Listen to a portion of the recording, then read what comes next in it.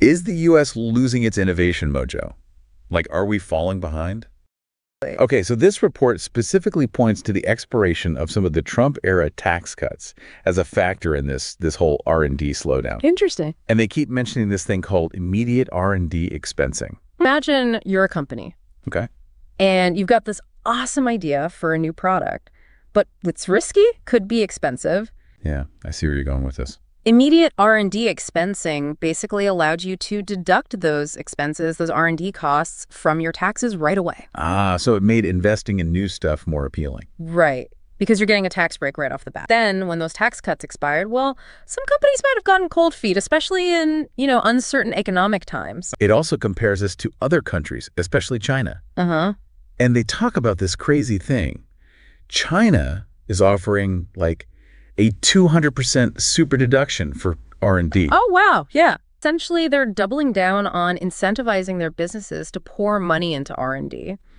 And, it could lead to some really rapid advancements. But there are also potential downsides. Like what? Well, some critics are saying that it might lead to, kind of wasteful spending, or maybe even prioritizing quantity over quality in research. Oh, that's interesting. Either way, it definitely puts a ton of pressure on American businesses to keep up. So it's like a global innovation race. It really is. And it sounds like the U.S. might be falling behind. That's the concern this report raises, yeah. Restoring that R&D expensing deduction could potentially generate a massive $70 billion in new investments. Whoa, that's a lot of money. And create up to 21 million jobs. Wow, those are huge numbers. Yeah. But mostly help big corporations.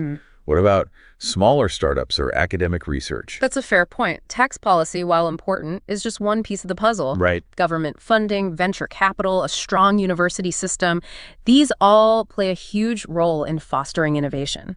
Mentions a few names. People like House Ways and Means Committee Chairman Jason Smith. Right. And the U.S. Innovation Tax Team. They seem to be pushing for these tax cuts to be extended. Makes sense. If we start depending on other countries for, critical technologies. Right. Like, we don't want to be reliant on someone else for, like, life-saving medicines or, I don't know, the next big clean energy breakthrough.